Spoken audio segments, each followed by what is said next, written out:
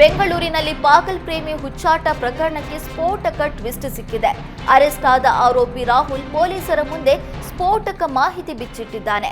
ಪ್ರೀತಿ ನಿರಾಕರಿಸಿದ್ಲು ಅಂತ ಅಪಾರ್ಟ್ಮೆಂಟ್ಗೆ ರಾತ್ರೋರಾತ್ರಿ ನುಗ್ಗಿದ ಆರೋಪಿ ರಾಹುಲ್ ಯುವತಿಯ ಕಾರು ಬೈಕ್ಗೆ ಬೆಂಕಿ ಇಟ್ಟು ಬಂದಿದ್ದ. ಇದಾದ ಬಳಿಕ ಸುಬ್ರಹ್ಮಣ್ಯಪುರ ಪೊಲೀಸರು ಆರೋಪಿಯ ಹೆಡೆಮುರಿ ಕಟ್ಟಿದ್ರು. ಈಗ ಖಾಕಿ ಮುಂದೆ ರಾಹುಲ್ ಲಕ್ಷಾಂತರ ರೂಪಾಯಿ ಖರ್ಚು ಮಾಡಿ ಕಾರ್ ಕೊಡಿಸಿದ್ದೆ. 8 ವರ್ಷದಿಂದ ಪ್ರೀತಿ ಮಾಡ್ತಾ ಇದ್ದವಳು ನನ್ನ ಅವಾಯ್ಡ್ ಮಾಡೋದಕ್ಕೆ ಶುರು ಮಾಡಿದ್ಲು. ಹೀಗಾಗಿ ನಾನು ಬೆಂಕಿ ಇಟ್ಟೆ ಅಂತ ಬಾಯ್ಬಿಟ್ಟಿದ್ದಾನೆ. ಶಿವಮೊಗ್ಗದ ಭದ್ರಾವತಿಯಲ್ಲಿ ಅಚ್ಚರಿ ಘಟನೆಯೊಂದು ನಡೆದಿದೆ. ಮಹಿಳೆಯೊಬ್ಬರು ಆಸ್ಪತ್ರೆಯಲ್ಲಿ ಸತ್ತು ಮನೆಯಲ್ಲಿ ಬದುಕಿದ್ದಾರೆ. ಖಾಸಗಿ ಆಸ್ಪತ್ರೆಗೆ ಭದ್ರಾವತಿಯ ಗಾಂಧಿನಗರ ಸಿವಿಲ್ ಕಾಂಟ್ರಾಕ್ಟರ್ ಸುಬ್ರಹ್ಮಣಿ ಎಂಬುವರ ಪತ್ನಿ ಮೀನಾಕ್ಷಿಯನ್ನ ಆಸ್ಪತ್ರೆಗೆ ದಾಖಲಿಸಲಾಗಿತ್ತು.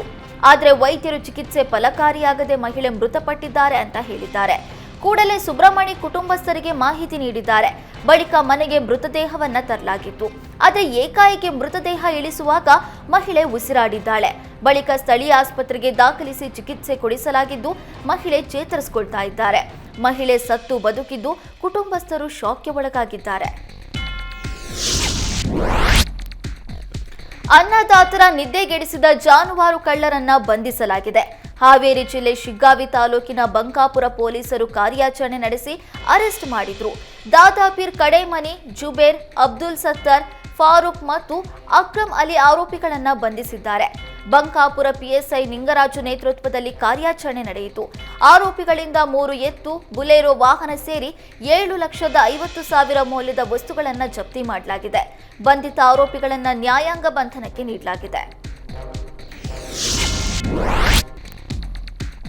ಯಡಿಯೂರಪ್ಪಗೆ ಇಂದು ಹುಟ್ಟುಹಬ್ಬದ ಸಂಭ್ರಮ. 83ನೇ ವರ್ಷಕ್ಕೆ ಕಾಲಿಟ್ಟ ಮಾಜಿ ಸಿಎಂಗೆ ಶುಭಾಶಯಗಳ ಮಹಾಪೂರವೇ ಹರಿದು ಬರ್ತಿದೆ. ಇಂದು ಬಿಜೆಪಿ ವತಿಯಿಂದ ಹಲವು ಕಾರ್ಯಕ್ರಮಗಳನ್ನು ಆಯೋಜನೆ ಮಾಡಲಾಗಿದೆ. ಬಡ ಹೆಣ್ಣು ಮಕ್ಕಳಿಗೆ ಸಿಎಂ ಆಗಿದ್ದಾಗ ಬಿಎಸ್ವೈ ಭಾಗ್ಯಲಕ್ಷ್ಮಿ ಯೋಜನೆಯನ್ನ ಜಾರಿಗೆ ತಂದಿದ್ರು. 18 ವರ್ಷ ತುಂಬಿದ ಬಳಿಕ ಹೆಣ್ಣು ಮಕ್ಕಳಿಗೆ ಸಹಾಯವಾಗಲಿ ಎಂಬುದು ಇದರ ಉದ್ದೇಶವಾಗಿತ್ತು. ಹೀಗಾಗಿ ಇಂದು ಕೇಸರಿ ನಾಯಕರು ಭಾಗ್ಯಲಕ್ಷ್ಮಿ ಫಲಾನುಭವಿಗಳಿಗೆ ಸನ್ಮಾನ ಮಾಡುವ ಮೂಲಕ ಯಡಿಯೂರಪ್ಪಗೆ ಧನ್ಯವಾದ ಹೇಳಲು ಮುಂದಾಗಿದ್ದಾರೆ. ಕೊಡಗಿನಲ್ಲಿ ಮಳೆ ಹಾನಿಯಿಂದ ಮನೆ ಕಳೆದುಕೊಂಡ ಬಡ ದಂಪತಿಗೆ ಸಿಎಂ ಸಿದ್ದರಾಮಯ್ಯ ನೀಡಿದ್ದ ಭರವಸೆ ಹುಸಿಯಾಗಿದೆ.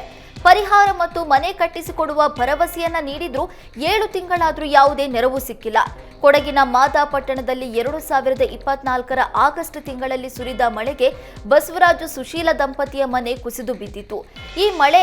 ಈ ವೇಳೆ ಮಳೆ ಹಾನಿ ವೀಕ್ಷಣೆಗೆ ಬಂದಿದ್ದ ಸಿದ್ದರಾಮಯ್ಯ ದಂಪತಿಗೆ ಪರಿಹಾರದ ಭರವಸೆ ನೀಡಿದ್ರು. ಭರವಸೆ ನೀಡಿ 7 ತಿಂಗಳು ಕಳೆದು ಹೋಗಿವೆ. ಆದರೆ ಮನೆ ಕಟ್ಟಿಸಿಕೊಡುವ ಮಾತಿಲ್ಲಿ ಕನಿಷ್ಠ ಪರಿಹಾರವನ್ನ ಕೂಡ ತಲುಪಿಸಿಲ್ಲ.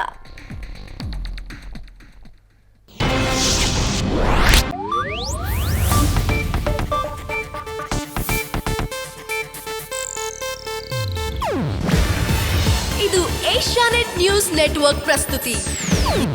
ನೀವು ನೋಡ್ತಿದ್ದೀರಾ ಏಷ್ಯಾನೆಟ್ ಸುವರ್ಣ ನ್ಯೂಸ್.